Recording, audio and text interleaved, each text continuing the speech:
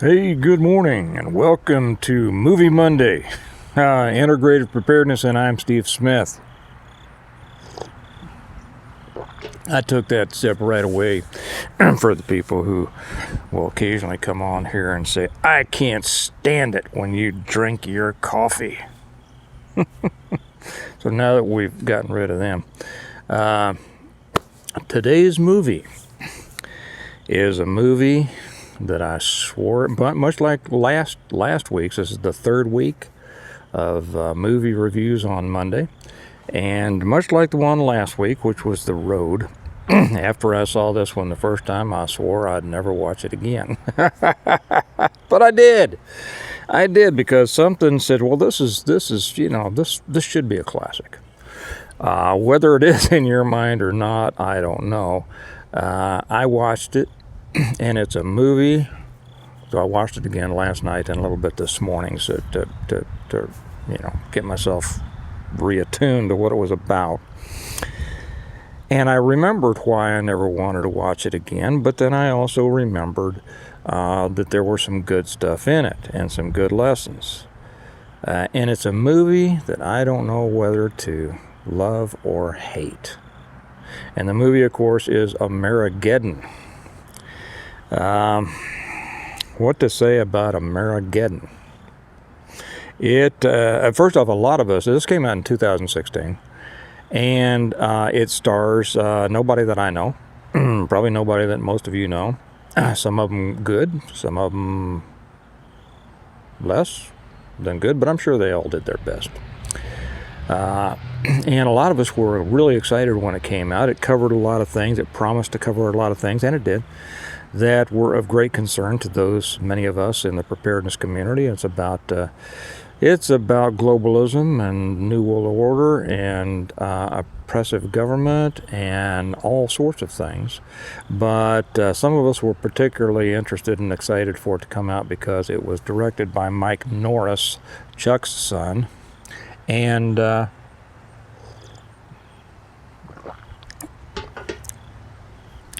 so there's that. Okay, for those of you who haven't seen it, now for those of you who have seen it, you're probably kind of saying the same thing that I am. And let me put it out this way. I think this movie could have been great. I think it could have been great. I think that the subject matter was excellent. It was something that needs to be addressed. I wish it had been addressed better. And by that, I don't mean that they didn't bring the issues up. They did. They brought a lot of the issues up that many of us are concerned about. But some of the acting was overly dramatic. Some of it was, it was just, sometimes it was almost like, it was overacting. Now, some were good actors. Okay, there was a couple of good actors in there. Others, less so. Like I say, I'm sure they did their best.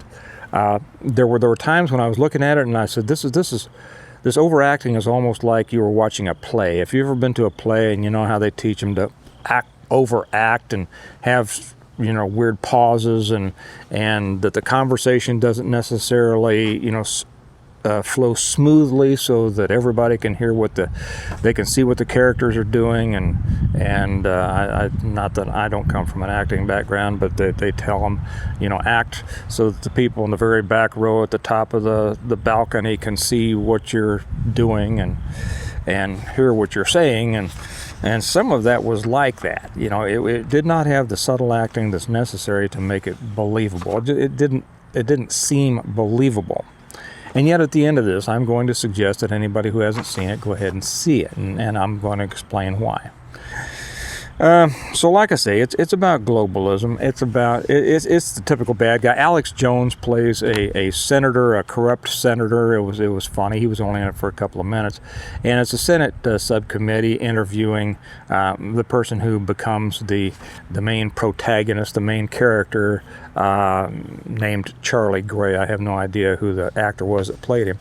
And Charlie Gray is testifying in front of a Senate subcommittee about the need harden the grid, to protect the grid, and Alex Jones, is giving him a hard time. I'm sure it had to be fun for Jones to step so far out of character and really put him down and play a buffoon of a senator, saying that calling our protagonist a traitor to the country and the same thing that they call all of us. You're paranoid and all of this, and we don't have time for you. And so Charlie Gray he leaves. Charlie Gray's got a ranch in Texas. It kind of reminds me, the way that he's set up, of Stonemont. I guess I should say this. Remember that this is brought to you by the Stonemont series. Okay, that will be important here in a minute. And the way you can get them is down below in the information box and a pinned comment. So he goes back to his ranch in Texas, and then we see a scene to where the evil, it's almost like a Bond film in this regard. The evil UN boss who is in a high-rise office in Dubai is saying to his, a woman who's there with him, and they're very, very dramatic about it. It's time to make this happen, and we know that the world can only support 500 million people, hat tip to the Georgia Guidestones, and now it's time to do it, because most of the people out here, lead lives that aren't even worth living, and according to them, and that the elite are gonna survive this, and now it's time. So he gives the American president a call and said, okay, we're about to take out America, because, and he quotes Kissinger in there, the only thing standing between a new world order and globalism is a strong America. So he says, that's we're going to do it. And then we see this scene of a satellite up there and opening up, and a missile comes out, and it's got the red star on it, and it shoots, and then bingo, and all the lights go out in America. Then we get into a couple of very interesting side notes. We go to an army encampment where some guys, and this is going to be a second main player who goes by the name of Brandon Lane. He's in the Army. He's a young lieutenant, and he starts seeing things in his squad. They start seeing things that they don't, it's kind of suspicious. They don't think it's right. They see UN vehicles coming in and meeting with their officers, and their officers saluting these UN people, and then they start getting briefings about, and they're noticing that more of their training is resembling urban warfare, and you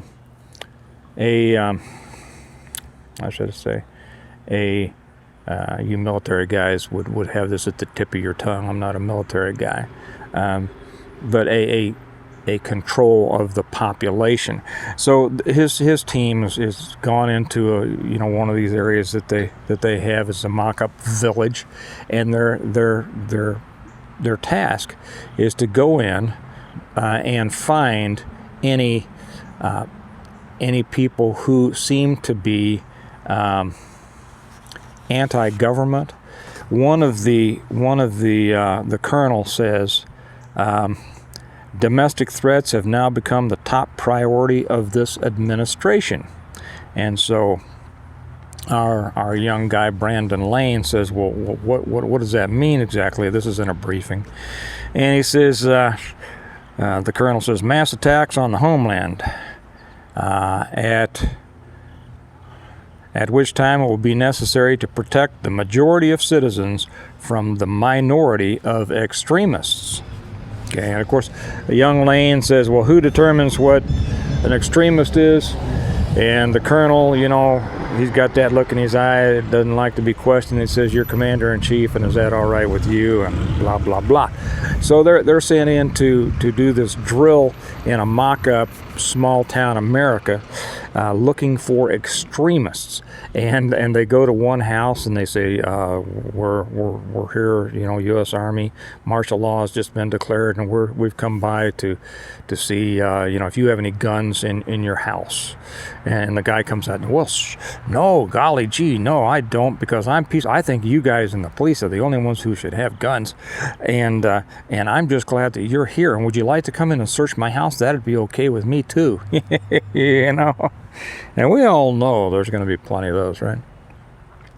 And so they check his out, and they come back out, and the young lieutenant thanks him, and the guy said, but I'll tell you something, my next door neighbor, I don't mean, I don't want to get involved, but he's kind of a kook. He's kind of an extremist. He's a real patriot. He's got all these Second Amendment stickers and NRA stickers and stuff, and to be honest, he kind of scares me.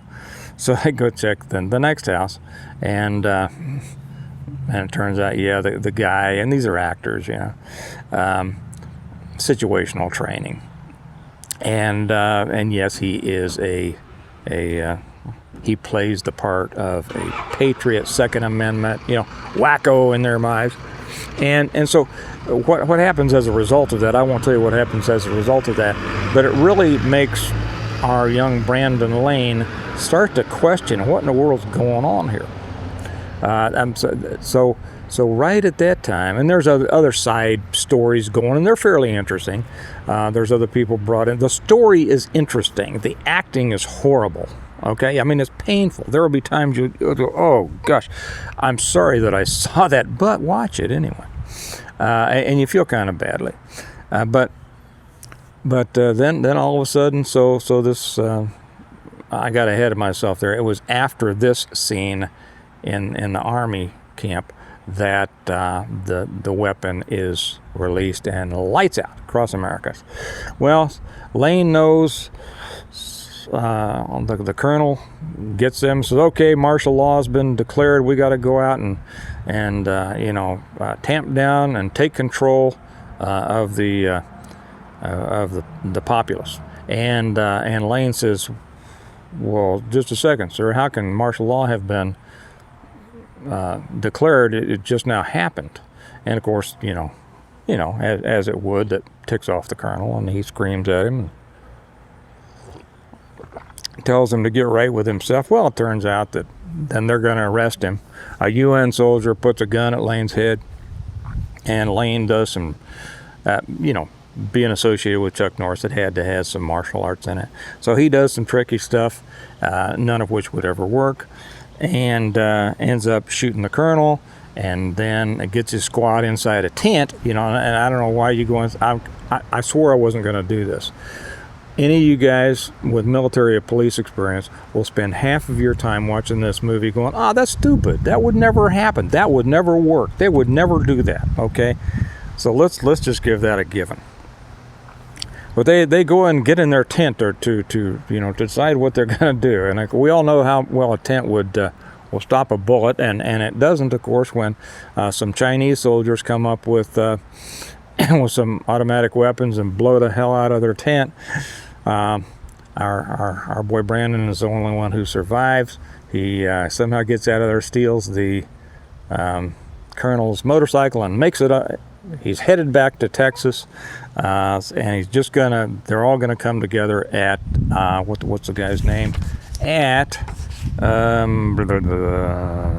Charlie Gray's ranch. Okay, from there we see thrown in there is a liberal Texas politician. Yes, I know those don't seem to go together, but they've got them, Austin, who has a big lib daughter going to school someplace.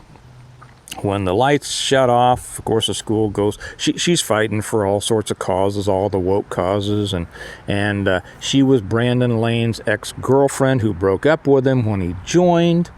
And the biggest mistake he ever made is when he comes back, he gets back with her, which shows poor judgment on his part. But anyway, she's trapped at school, so Charlie Gray just has, he, as a favor to his friend, the liberal congressman. And I'll tell you, there's a lesson on here.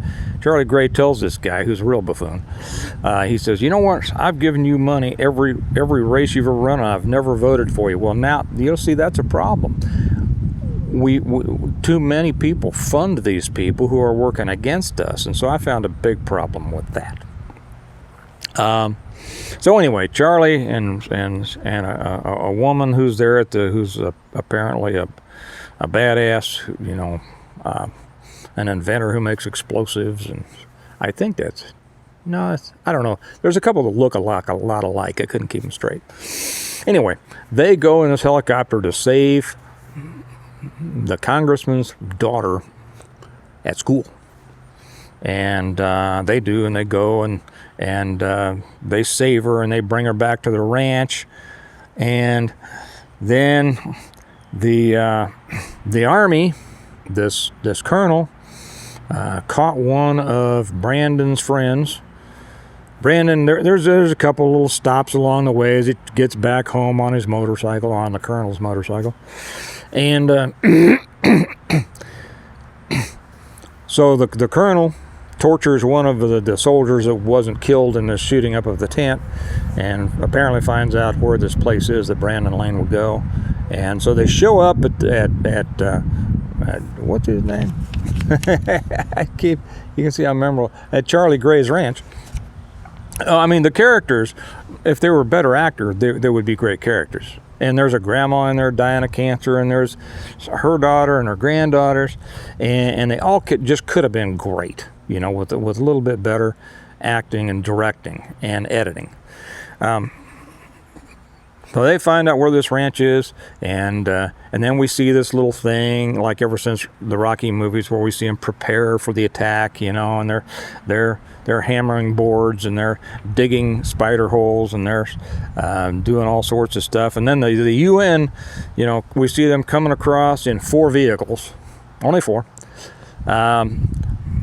across down the road, and they radio on each other. Oh, UN, you know, is on the way. Well, stop them, shut the gate. And so they shut this gate, you know, I mean, that you could get through with your car.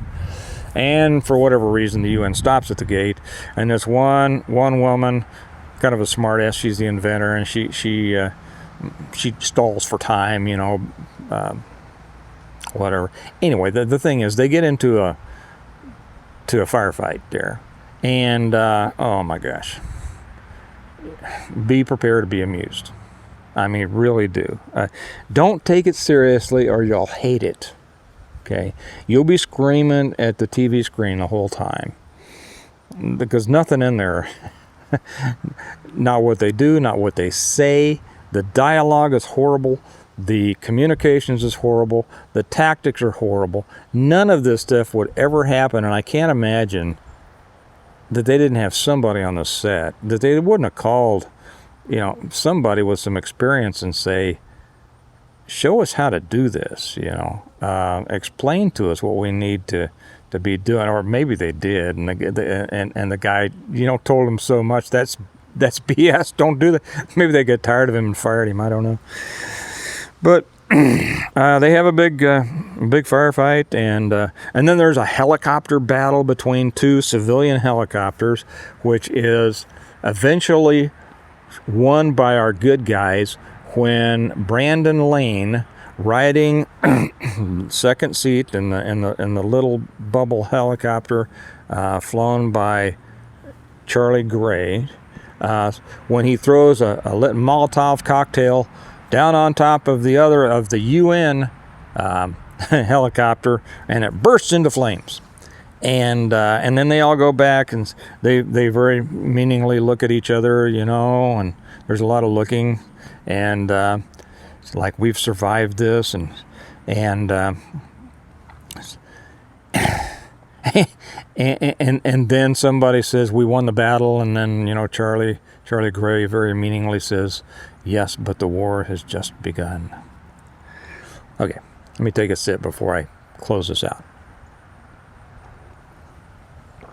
There were some good sayings in there. I didn't write them all down. There were some good sayings.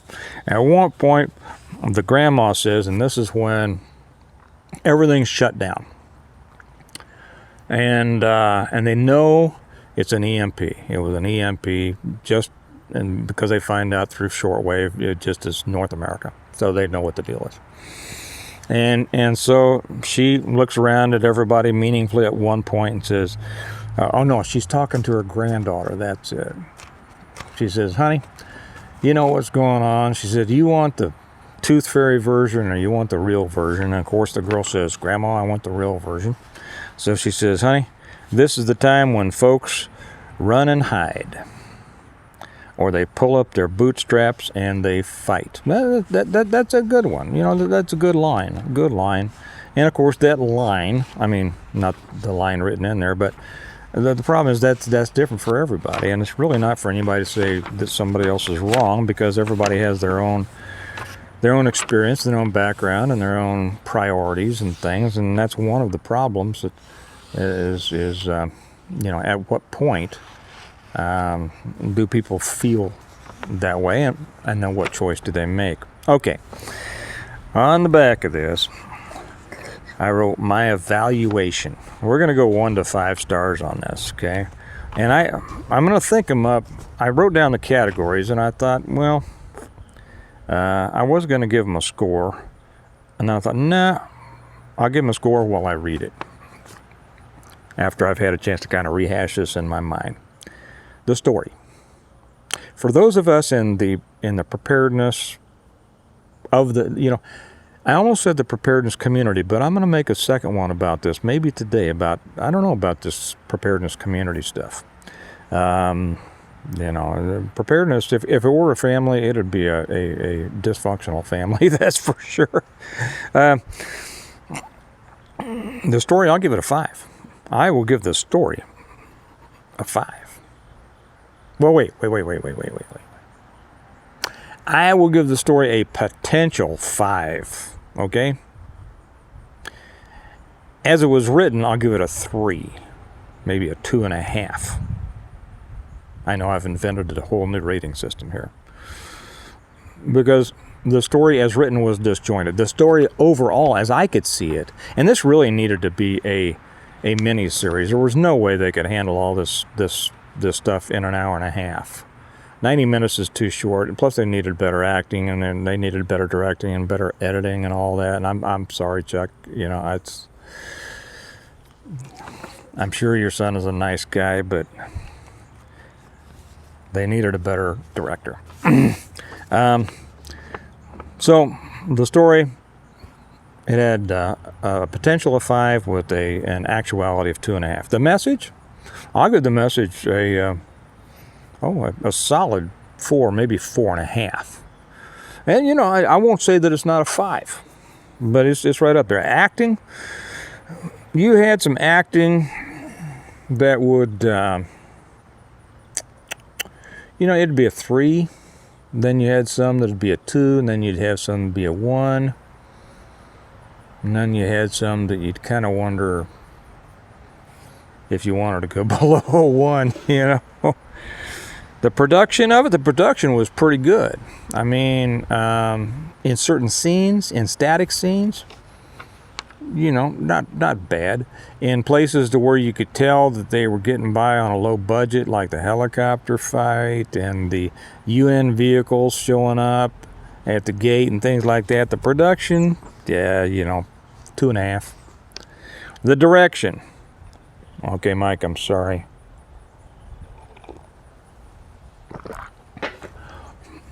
Direction. There were good points and there were bad points. And I'm not sure how much of the editing affected what we see in the directing. Okay, does that make any sense? For those of you who have been involved in any of this stuff, I have been involved in some stuff. I know from looking at me on this, I just shoot myself with a phone, but I have been involved in some. And as you know, after all, I mean, I wrote 5 books, and they're novels, and I understand the importance of continuity and scene transition and everything like that, right? So I understand that. Editing, and I don't know. I mean, if they made a mini series of my series, maybe the editing would make it, you know, just seem horrible. Editing, I'll give it a 2, and direction, I'll give it a... You know, I mean, the director can't be responsible for the acting. And he can't be responsible... Well, to an extent, he can be responsible for the editing, but sometimes the producer will override him. Okay, I'll give the direction 2.5. So how's it? So I didn't add those up. What does that come out to be? I would say that the whole movie is about a 2 to 2.5. Now, would I suggest you watch it? Yeah, I would. Well, if it's only a 2.5, why would I suggest you watch it? I think it's got all the makings of what might be considered a cult classic in the patriotic preparedness, group that really worries about and thinks about, you know, the New World Order and globalism and everything like that. Much like that, what was that series? Was it Disaster Preppers? No, that wasn't it. I know some of you are screaming right now. I didn't watch very many of them. Doomsday Preppers. Much like that, could have been good, but made preparedness-minded people look like fools and idiots and paranoids. This kind of did the same for those who, you know, see what's going on in our world from what we would consider to be a patriotic standpoint. People have different ideas of what patriotism is. I've never really liked the term patriot, to be honest, because I think that it's easily misused, and so many, you know, bang their chests without really thinking about what it means. And, you know, you can be patriotic to one thing and totally against something else that's very closely aligned. And so I think it's one of those things that's highly understood, so I stay away from that. But I know that other people use it.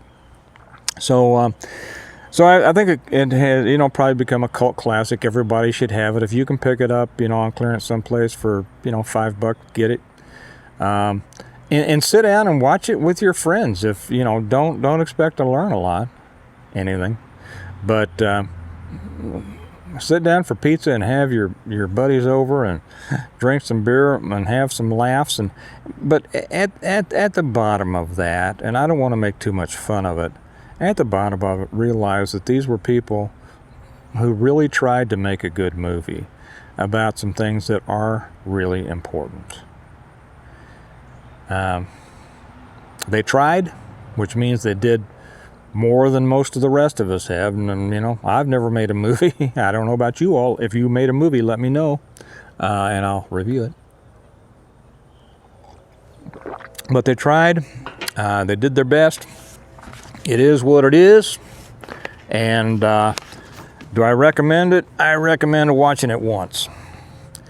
And, you know, maybe it could be one of those things that if you have some friends that really don't know about this stuff, have them over for movie night and say, we're going to watch this movie. This is just so funny. You know, some of the stuff is real, but it's so funny.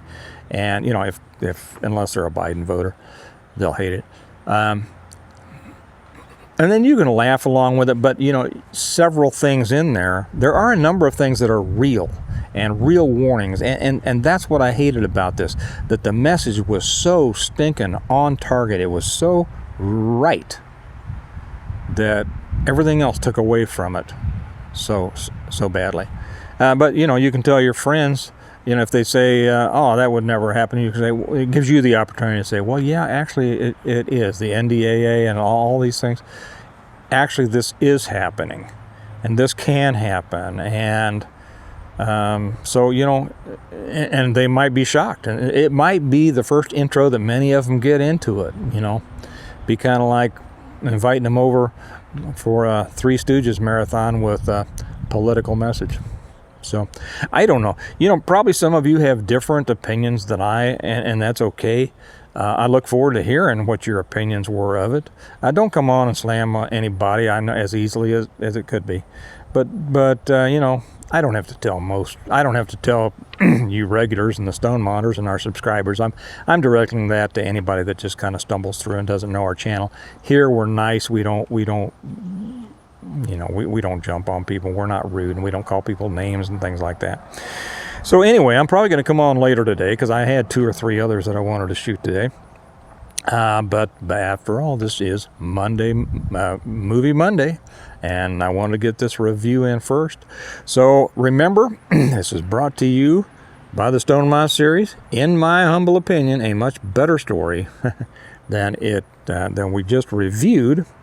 And this tells you, and I had wondered if that movie had been made after these came out, I would have wondered if they had read these books to see how to prepare that ranch down there in Texas, because the preparations on the ranch were pretty good.